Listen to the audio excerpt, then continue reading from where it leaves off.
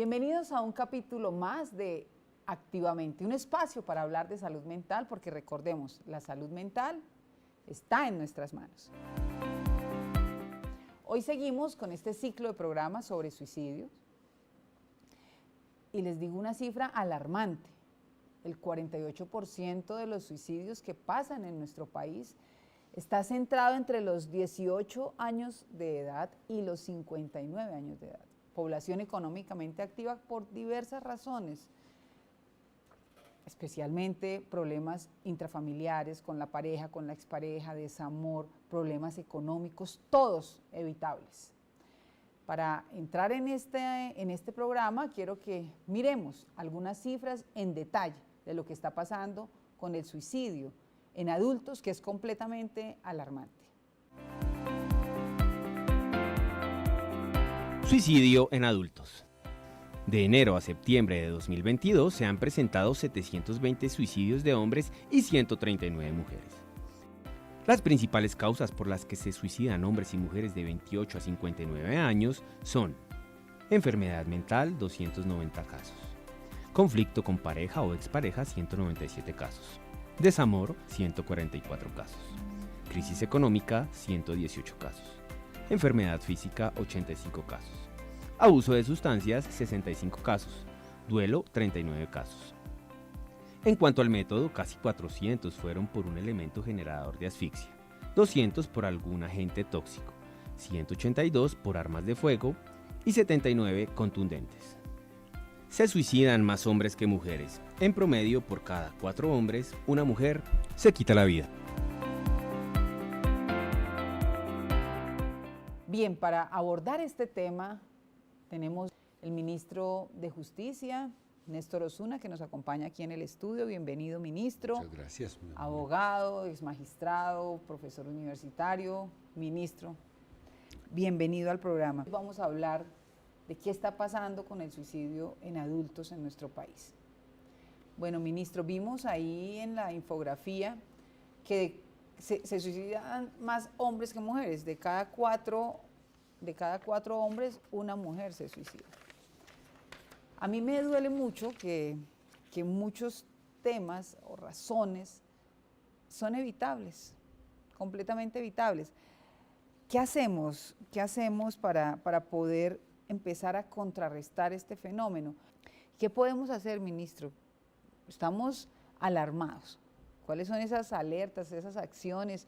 ¿Cómo opera la justicia en este caso de los suicidios?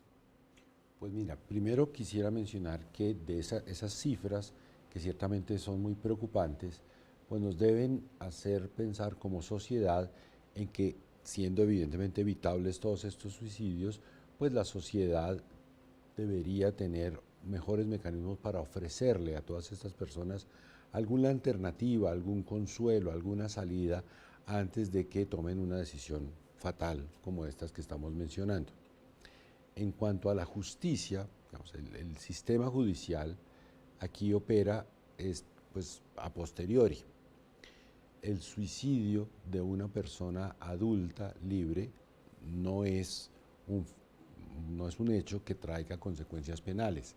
Dicho en otros términos, si un adulto decide suicidarse, el derecho en últimas respeta esa decisión. Decisión trágica, lamentable, evitable, pero en una sociedad que respeta las libertades, pues esa decisión, con todas esas características, también se respeta. Otra cosa ocurre cuando alguien induce a otra persona a suicidarse. Ahí sí el derecho castiga, la justicia penal actúa frente a quien logró convencer, indujo, manipuló a otra persona a tal punto que la condujo al suicidio. Hay varios tipos penales, inducción al suicidio, por supuesto, pero hay otros como hostigamiento, discriminación, que si llevan al suicidio, pues se aplican y tienen penas relativamente altas previstas en las leyes. Entonces, si alguien, digamos, le convence a otra persona de eso, que la vida no tiene sentido, que su situación es una sin salida o que la única salida es la muerte, eso puede ocurrir poniéndole un panorama económico absolutamente aciago, o a veces con promesas de una, no sé, recuerdo episodios de sectas religiosas que promueven el suicidio y llegan a convencer a los participantes de que suiciden. Eso sí ocurre en Colombia, sí está penalizado frente a quien instiga, frente a quien induce a suicidar. El que ya se suicidó, pues obviamente El ahí no se actúa. hostigamiento y la discriminación, Sí. si se prueba Sí. que eso fue lo que llevó a una Sí. persona a suicidarse, ahí hay un castigo, o sea, ahí Sí. hay un Sí, proceso judicial. Sí. Hay dos tipos penales que se llaman exactamente así, uno se llama hostigamiento y otro discriminación. Y hay un caso que fue muy conocido, que es el caso del joven Sergio Urrego, que se suicidó lamentablemente porque las autoridades del colegio en el que adelantaba sus estudios de bachillerato lo hostigaron, lo discriminaron por razón de su orientación sexual, a tal punto que este muchacho, que seguramente no estaría en esta lista porque era un adolescente menor de edad, pues tomó la decisión fatal de quitarse la vida. La justicia le impuso sentencias de condena a las autoridades de ese colegio que, digamos que instrumentaron toda una persecución administrativa y judicial en contra de este muchacho y además del hostigamiento dentro de la escuela y que también, digamos, afectó no solamente a él, sino a su familia, a su mamá. Nosotros estuvimos en el programa pasado y sí, mostramos el caso de Sergio Urrego, su mamá nos contó toda la historia y claramente en la adolescencia hay casos muy dramáticos y pienso ahora esos retos en las redes sociales de asfixia, de ahorcamiento, ¿cómo actuaría la justicia ahí? Podría ser de igual modo, digamos, en la inducción o ayuda al suicidio, o sea, si hay una aplicación, un juego de redes sociales, una empresa que está detrás de eso y que ofrece un juego, o simplemente unas personas que se ponen de acuerdo, ya sea de modo presencial o de modo virtual, para un juego que puede conducir a la muerte y aceptan las reglas del juego y alguien finalmente toma la decisión o ocurrió que se suicidara, eso quienes lo indujeron, quienes lo llevaron a esa situación por presión, a veces por presión social o por algún estímulo económico que ofrecieron, también por supuesto estarían incluidos en ese tipo penal de inducción o ayuda al suicidio. Con una cosa que tal vez podamos aclarar, esto es, digamos, en general, pero si una persona tiene a cargo el cuidado de otra, pensemos un niño frente a sus padres o un paciente hospitalario frente al médico o la enfermera, y esa persona lo induce a que se suicide, ahí la pena es mayor, porque ahí la pena ya podría ser determinación de homicidio, por algo que en derecho se llama la posición de garante, o sea, una cosa es mi situación, digamos, regular en las relaciones sociales en las que yo tengo pues el deber de cumplir la ley, de comportarme con solidaridad, pero a veces yo tengo una obligación específica de velar por el derecho de otra persona, como los padres de familia con sus hijos. Entonces, si el propio padre de familia, que tenía la obligación de velar por la vida de sus hijos, es quien lo induce a suicidarse, ahí ya no es inducción al suicidio, ahí ya es homicidio, por la posición de garante que tenía el padre. Bueno, se requiere una investigación minuciosa para identificar ese hilo delgado de si fue una inducción, por ejemplo, en menores de edad, ¿no? O si fue una decisión propia y voluntaria, ¿no? Por supuesto, y en eso el debate probatorio que tiene que adelantar el Poder Judicial, la Fiscalía y los jueces, pues es complejo porque pues serán testimonios, a veces quedan documentos escritos, a veces quedan grabaciones. Es un panorama complejo, pero se puede determinar si una persona tomó sola su decisión libre, errada seguramente, pero su decisión libre de terminar con su vida, o si otra persona la indujo a suicidarse. El derecho castiga lo segundo, lo primero no. Lo primero no, porque está dentro de las libertades. Claro. Bueno, este es un panorama que no habíamos analizado activamente, porque siempre hemos visto lo que podemos hacer para prevenir, ¿no? Y un poco, ministro, la gran preocupación que tenemos es que está pasando un problema de salud mental en nuestro país. Tremendo. Y está pasando un problema de salud mental por las agresiones, por la falta de tolerancia. Se ve en las calles y usted en su cartera debe tenerlo identificado. ¿Por qué nos está pasando eso? Es decir, ¿qué tenemos que hacer desde las instituciones para poder contrarrestar esto? Realmente es un fenómeno muy grave, creciente, que nos tiene a todos en el Ministerio de Justicia, a mí personalmente muy preocupados,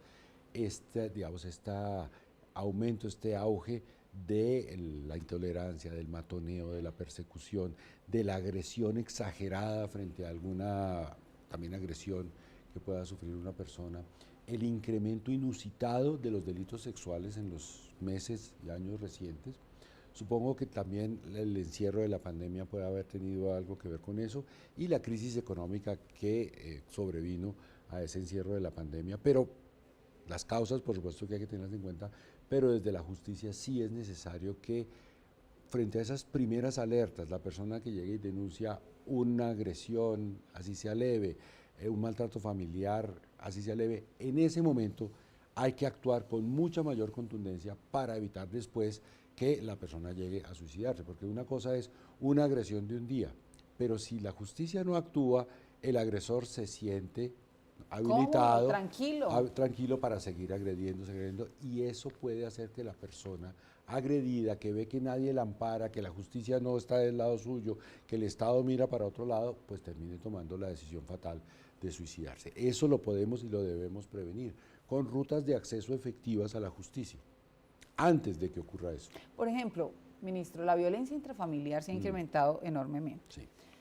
Esa relación y esa conexión con las comisarías de familia, es ponerle atención y generar la alerta en las instituciones educativas.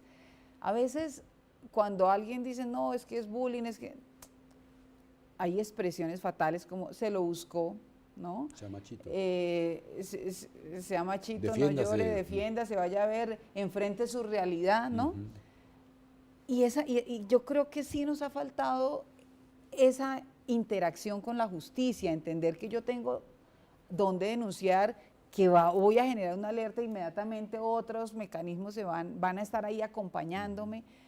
¿Cómo hacemos, cómo logramos eso? Porque pareciera como si que cada uno hace su parte, entonces la institución educativa dice, no, yo cumplí con reportar, yo llamé a salud, salud dice, yo hice tal cosa.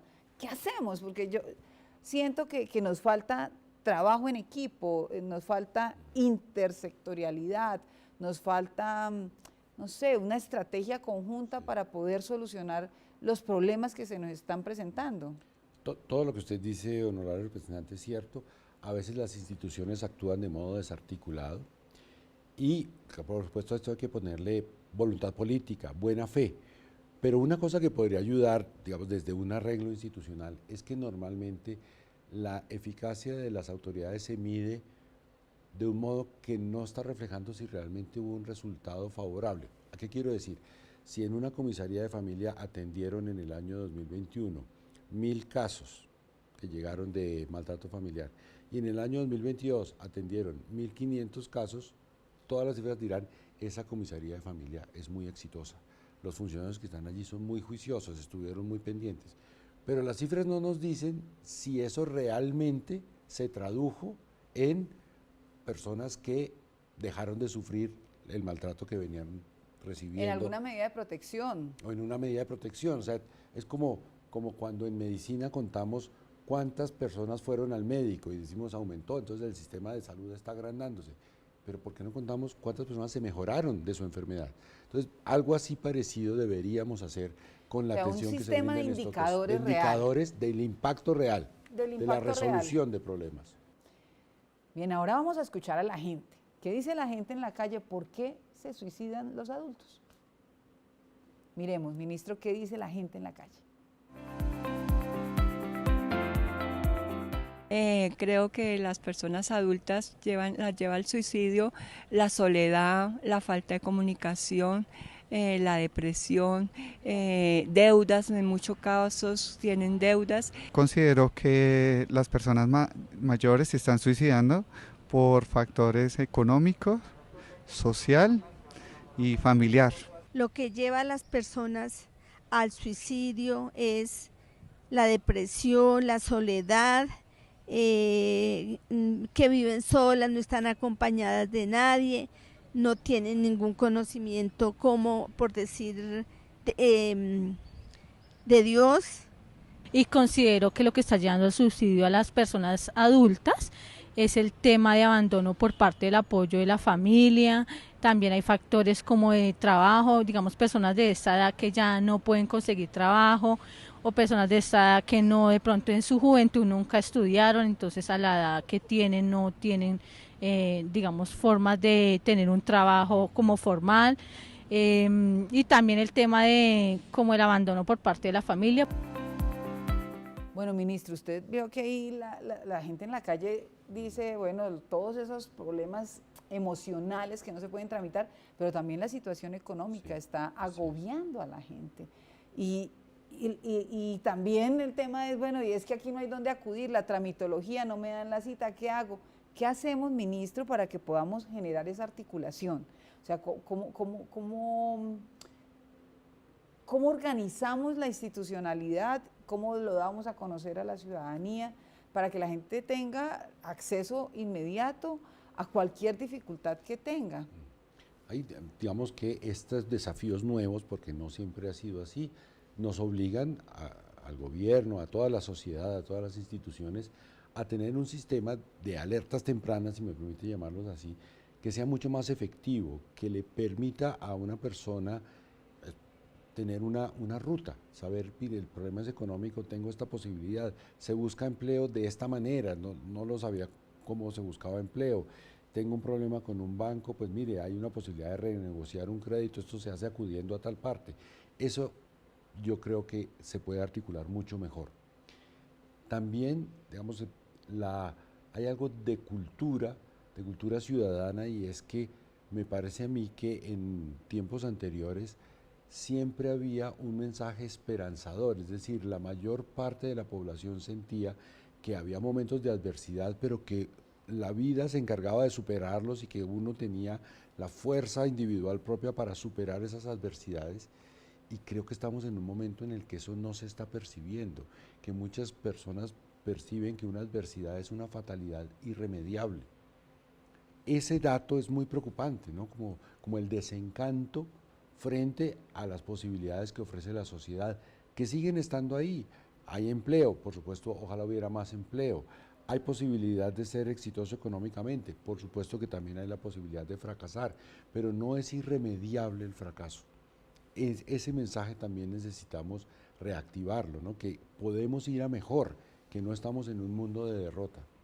Sí, me hace usted acordar de Edgar Morin cuando habla del reencantamiento del mundo, ¿no?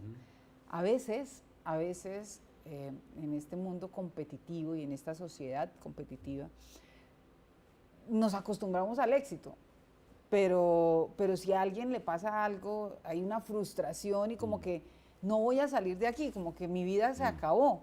Y resulta que no, resulta que en la vida hay una serie de aprendizajes, hay caídas, pero hay que levantarse.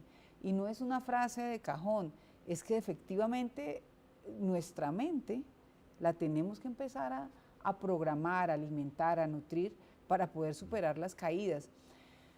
Y el fracaso forma parte del éxito, porque del fracaso también se aprende. No hay mejor maestro que un par de fracasos. Claro, del fracaso también se aprende. Y también es importante, ministro, que la ciudadanía sepa que la justicia, cuando yo siento, porque aquí es un mensaje que no le habíamos dado a los televidentes, y es, si yo creo que alguien está siendo inducido por alguien, claro, para que se suicide, para que tome una decisión catastrófica, bueno, ¿qué hago? Tengo la posibilidad, yo vecina, vecino, amigo, familiar, ¿qué hago? Están las líneas de la policía con los números telefónicos usuales que mucha gente conoce, se puede ir a la fiscalía, se puede ir a una comisaría de familia, en fin, hay múltiples rutas de acceso para que el Estado pueda comenzar a actuar, o ir a un CAI, a un policía, al más cercano, para que se comience esa actuación, y nuestra responsabilidad es que eso actúe bien, que no haya excusas para bloquear ese acceso a la justicia. Que funcione. Que funcione bien. Y que empecemos a identificar que cualquier alerta puede generar Sí, un resultado fatal. Y son prevenibles los suicidios, y lo hemos hablado desde el primer día. Bueno, estamos llegando al final de nuestro programa y, ministro, para que se despida de todos los televidentes, ¿qué mensaje nos envía para poder empezar a trabajar en esa salud mental? Pues el mensaje es un mensaje de esperanza, de cambio, de fe en la vida. Realmente, desde lo que nos corresponde como gobierno, estamos trabajando sin descanso para que el país le ofrezca más oportunidades de prosperidad, de tranquilidad, de bienestar a todas las personas que habitamos este bello país. Y cuando hay algún fracaso, alguna adversidad en la vida, el mensaje es que hay segundas oportunidades, se puede salir adelante con esfuerzo personal, pero también con la ayuda de la familia, de los amigos y la del Estado, un Estado que acompaña. Eso es justicia. Recuerda que si tienes un familiar, amigo, vecino, conocido que tiene algún trastorno de salud mental, si está sufriendo alguna crisis y que creemos que necesita ayuda, aquí están, pueden mirar las líneas de atención, acudir, llamar. Siempre hay una salida, siempre hay una alternativa. ¿Quién me ayuda? Si usted desea ser escuchado, puede contactarse con alguno de estos números, cuentas o chats. Línea de Vida Nacional, 106. Línea Psicoactiva, 018-112-439. Línea Púrpura, 018-112-137. Línea Calma, 018-423-614. Y Chat App puede comunicarse al 333-03-33-588. Y en la página web www.porquequieroestarbien.com. Y recuerden, nos vemos la próxima semana en el canal del Congreso. Tenemos que activar nuestra mente porque la salud mental está en nuestras manos.